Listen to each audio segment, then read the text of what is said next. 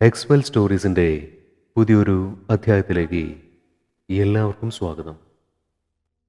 കഴിഞ്ഞ വീഡിയോ എല്ലാവരും കണ്ടു എന്ന് ഞാൻ വിശ്വസിക്കുന്നു. ആ വീഡിയോയിൽ ഞാൻ പറഞ്ഞിരിക്കുന്നത് വിഷ്ണുമായ സ്വാമിയുടെ ചക്രം വീട്ടിൽ വെച്ച് പൂജിക്കുമ്പോൾ നമുക്കുണ്ടാകുന്ന ദോഷങ്ങൾ എന്തൊക്കെയാണ് എന്നതിനെക്കുറിച്ചാണ്. ഒരുപാട് ആൾക്കാർ ഇന്ന് വിഷ്ണുമായ സ്വാമിയുടെ ചക്രം വീട്ടിൽ വെച്ച് അങ്ങനെയുള്ള കാര്യങ്ങൾ ചെയ്തുകൊണ്ടിരിക്കുന്നു. മാത്രമല്ല, മറ്റു ചിലർ സ്വാമിയുടെ ചക്രം വീട്ടിൽ വെച്ച് ആദ്യം വിളക്ക് വയ്ക്കുകയും അതിനുശേഷം തീരെ ശ്രദ്ധിക്കാതിരിക്കുകയും ചെയ്യുന്നുണ്ട്. ഇങ്ങനെയൊക്കെ ചെയ്യുമ്പോൾ തീർച്ചയായും നിങ്ങൾക്ക് അതിൽ നിന്നും ദോഷങ്ങൾ വന്നു ചേരും. എല്ലാവരും വിഷ്ണുമായ സ്വാമിയുടെ ചക്രം നൽകുന്ന സമയത്ത് അത് നിങ്ങൾക്ക് വേണ്ടെങ്കിൽ എങ്ങനെ ഒഴിവാക്കാം, അല്ലെങ്കിൽ എങ്ങനെയാണ് സ്വാമിയുടെ ചക്രം വേണ്ട രീതിയിൽ തന്ന ആൾക്ക് തന്നെ തിരിച്ചേൽപ്പിക്കാം എന്നതിനെക്കുറിച്ച് പറയുന്നില്ല. അതുകൊണ്ട് തന്നെ പലരും വളരെ ഭയത്തോടു കൂടിയാണ് ഈ ചക്രം കൈകാര്യം ചെയ്ത് പോരുന്നത്. എനിക്കറിയാം, ഇന്ന് ഒരുപാട് പേർ വിഷ്ണുമായ സ്വാമിയുടെ ചക്രം വീട്ടിൽ കൊണ്ടുവന്ന് പൂജ നടത്തിക്കൊണ്ടിരിക്കുകയാണ്. നിങ്ങളുടെ അറിവിലും അതുപോലെ ഒരുപാട് പേരുണ്ടാകും. അവർക്ക് വേണ്ടി ഇന്നത്തെ വീഡിയോ. പലർക്കും അറിയാം ഇത് വെച്ച് പൂജ ചെയ്തുകൊണ്ട് ഒരു ഗുണവുമില്ല എന്ന്. അവർക്കതിൽ നിന്നും യാതൊരു ഗുണവും ലഭിക്കുന്നില്ല എന്നറിഞ്ഞിട്ടും അവർ ഭയം കൊണ്ട് വീണ്ടും വീണ്ടും സ്വാമിക്ക് വിളക്ക് വെച്ച് കൊണ്ടിരിക്കുകയാണ്. കാരണം അത് നിർത്തിയാൽ അവർക്ക് എന്തെങ്കിലും ദോഷം വന്നുപെടുമോ, അല്ലെങ്കിൽ അവരുടെ കുടുംബത്തിൽ ആരെങ്കിലും മരിച്ചു പോകുമോ എന്നുള്ള തോന്നൽ അവരെ വേട്ടയാടുകയാണ്. പലരും വിളക്ക് വയ്ക്കാൻ താല്പര്യമില്ലാതെയും വിളക്ക് വയ്ക്കുന്നുകൊണ്ട് പ്രത്യേകിച്ചൊന്നും കിട്ടുന്നില്ല എന്ന് മനസ്സിലാക്കിയതുകൊണ്ടും ഏത് ഉപാസകനാണോ ഈ ചക്രം തന്നത് അവരുടെ അടുത്തേക്ക് തന്നെ ഈ ചക്രം തിരിച്ചു കൊണ്ടുപോയി അവരെ ഏൽപ്പിക്കാനുള്ള ശ്രമങ്ങൾ നടത്താറുണ്ട്. പക്ഷേ വിഷ്ണുമായ ഉപാസകൻ ഇത് തിരിച്ച് സ്വീകരിക്കുന്നില്ല. ധൈര്യമായി കൊണ്ടുപോയിക്കോളൂ, വിളക്ക് വെച്ചോളൂ, നിങ്ങൾക്ക് എങ്ങനെയായാലും ഉയർച്ച ഉണ്ടാകും എന്നൊക്കെ പറഞ്ഞ് ഫലിപ്പിച്ച് വീണ്ടും ആ ചക്രം അവരുടെ കയ്യിൽ തന്നെ തിരിച്ചേൽപ്പിക്കും. ആ സമയത്ത് വെറുതെ ചെറിയൊരു പൂജയും ചെയ്തു കൊടുക്കും. ചിലർ പറയും, പൂജിച്ചു തന്ന ചക്രം ഞങ്ങളിനി തിരിച്ചെടുക്കില്ല എന്നൊക്കെ. ഇതുകേട്ട് ഭയന്ന് ചക്രം പൂജിച്ചു കൊണ്ടുപോയ പാവപ്പെട്ടവൻ ഇത് വീണ്ടും വീട്ടിൽ വെച്ച് പൂജിച്ച് പ്രശ്നങ്ങൾ വീണ്ടും വഷളാക്കിക്കൊണ്ടിരിക്കും.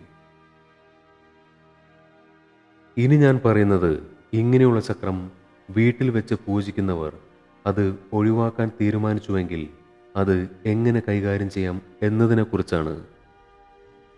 ഒരു കാര്യം ഞാൻ ആദ്യമേ പറയുന്നു, ഈ രീതിയിൽ ചക്രം പൂജിച്ചു വാങ്ങിയ വിഷ്ണുമായ ഭക്തർക്ക് വേണ്ടിയുള്ളതാണ് ഈ വീഡിയോ.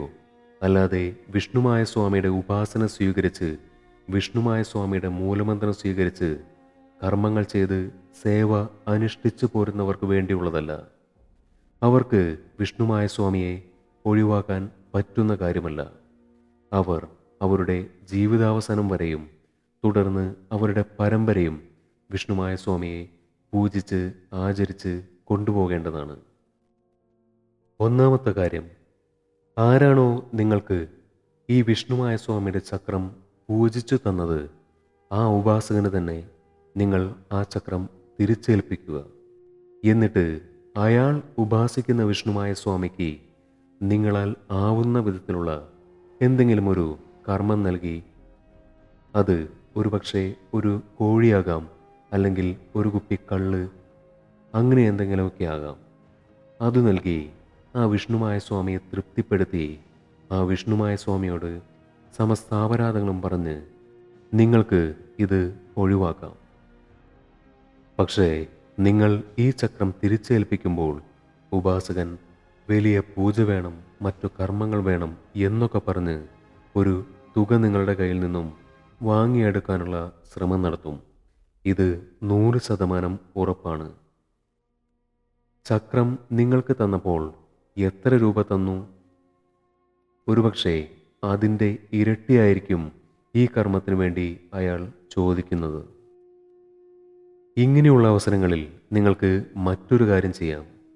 നിങ്ങളുടെ വീട്ടിലുള്ള വിഷ്ണുമായ സ്വാമിയുടെ ചക്രത്തിന് മുന്നിൽ നിങ്ങൾ വിളക്ക് കത്തിച്ച് സമസ്താപരാധം പറഞ്ഞ് നിങ്ങൾക്ക് ഇനി മുതൽ സ്വാമിയുടെ മുന്നിൽ വിളക്ക് വയ്ക്കാൻ പറ്റില്ല എന്നുള്ള കാര്യം സ്വാമിയെ പ്രാർത്ഥിച്ചറിയിച്ച് ആ ചക്രം വൃത്തിയായി നിങ്ങളുടെ അടുത്തുള്ള പുഴയിലോ കടലിലോ കൊണ്ടുപോയി ഒഴുക്കണം. ഇങ്ങനെ വിഷ്ണുമായ സ്വാമിയുടെ ചക്രം ഒഴുക്കുന്നതിന് തൊട്ടു മുമ്പായി നിങ്ങൾ സ്വാമിയോട് സമസ്താപരാധം പറഞ്ഞ് പ്രാർത്ഥിച്ചു വേണം സ്വാമിയുടെ ചക്രം പുഴയിലോ കടലിലോ ഒഴുക്കാൻ. അതിനുശേഷം നിങ്ങൾ അവിടെ നിന്നും തിരിച്ചു പോരുമ്പോൾ ഒരു കാരണവശാലും തിരിഞ്ഞു നോക്കരുത്.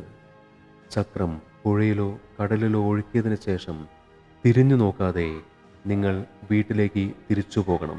കൂടാതെ ഏതെങ്കിലും വിഷ്ണുമായ സ്വാമിയുടെ ക്ഷേത്രത്തിൽ നിങ്ങൾക്ക് ആവുന്ന വിധം ഒരു വഴിപാട് നടത്തി അവിടെയും സ്വാമിയോട് ക്ഷമ പറഞ്ഞ് പ്രാർത്ഥിക്കുന്നത് നല്ലതായിരിക്കും. ഇങ്ങനെ ചെയ്യുന്നതുകൊണ്ട് നിങ്ങൾക്ക് യാതൊരു തരത്തിലുള്ള ദോഷമോ കാര്യങ്ങളോ ഉണ്ടാകുന്നില്ല. വിഷ്ണുമായ സ്വാമിയുടെ ചക്രം വീട്ടിൽ വെച്ച് വേണ്ട രീതിയിൽ കൈകാര്യം ചെയ്യാതിരിക്കുന്നതിലും നല്ലതാണ് ഇതുപോലെ പുഴയിലോ നദിയിലോ കൊണ്ടുപോയി സ്വാമിയുടെ ചക്രം ഒഴുക്കുന്നത്. ഞാൻ വീണ്ടും പറയുന്നു, മേൽപ്പറഞ്ഞ കാര്യങ്ങൾ ഒരു കാരണവശാലും സേവകന്റെ കയ്യിൽ നിന്നും സേവ സ്വീകരിച്ച് വിഷ്ണുമായ സ്വാമിയുടെ വിഗ്രഹവും മറ്റും വെച്ച് പൂജിക്കുന്നവർക്ക് വേണ്ടിയുള്ളതല്ല. അങ്ങനെ ചെയ്യുന്നവർക്ക് സ്വാമിയെ ഒഴിവാക്കുക എന്നത് ഒരിക്കലും പറ്റാത്ത കാര്യമാണ്. ഇനി വിഷ്ണുമായ ചക്രത്തെക്കുറിച്ചുള്ള ഭയവും മറ്റും നിങ്ങൾക്ക് വേണ്ട. ഇത് എങ്ങനെ കൈകാര്യം ചെയ്യാമെന്നുള്ളത് നിങ്ങൾക്ക് ഈ വീഡിയോ വഴി മനസ്സിലായി എന്ന് ഞാൻ വിശ്വസിക്കുന്നു. ഈ ചക്രം ഇതുപോലെ വളരെ എളുപ്പത്തിൽ കൈകാര്യം ചെയ്യാൻ നിങ്ങൾക്ക് പറ്റുന്നതിന് കാരണം എന്താണെന്ന് വെച്ചാൽ നിങ്ങൾ ഇത് സേവയായി സ്വീകരിച്ചിട്ടില്ല എന്നതുകൊണ്ട് മാത്രമാണ്. ഇന്നത്തെ വീഡിയോ നിങ്ങൾക്കെല്ലാവർക്കും ഇഷ്ടപ്പെട്ടു എന്ന് ഞാൻ വിശ്വസിക്കുന്നു. നമുക്ക് അടുത്ത വീഡിയോയിൽ കാണാം.